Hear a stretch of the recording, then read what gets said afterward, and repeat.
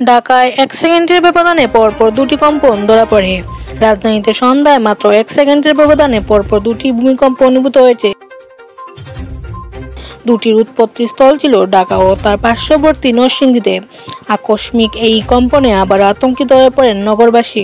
শনিবার ২২ নভেম্বর রাতে আবহাওয়া অধিদপ্তরের আবহাওয়াবিদ তরিফুল নেওয়াজ কবির গণমাধ্যমকে এ তথ্য নিশ্চিত করে জানান।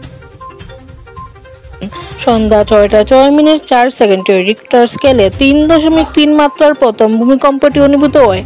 এর ১ সেকেন্ড পর অর্থাৎ সন্ধ্যা ৬টা ৬ মিনিট ৫ সেকেন্ডে দ্বিতীয়বার ভূমিকম্পটি হয়, যার মাত্রা ছিল ৪.৩। প্রথমে দুটি কম্পনের উৎপত্তিস্থলই বাড্ডায় জানালেও পরে এই আবহাওয়াবিদ তথ্য সংশোধন করে জানান, প্রথম কম্পনের ৩.৭ মাত্রার উৎপত্তিস্থল ছিল ঢাকার বাড্ডা এবং দ্বিতীয় কম্পনের ৪.৩ মাত্রা উৎপত্তিস্থল ছিল নরসিংদীতে।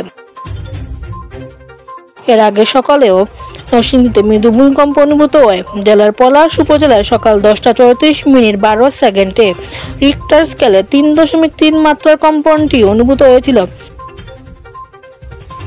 গতকাল শুক্রবার ২১ নভেম্বর সকাল ১০টা ৩৮ মিনিটের ভূমিকম্প সারা দেশে অনুভূত হয়। এতে সারা দেশে শিশুসহ অন্তত ১০ জন নিহত এবং ৬ শতাধিক ব্যক্তি আহত হয়েছেন। সালমা ইসলাম, দেশ 24 লাইভ, সিলেট।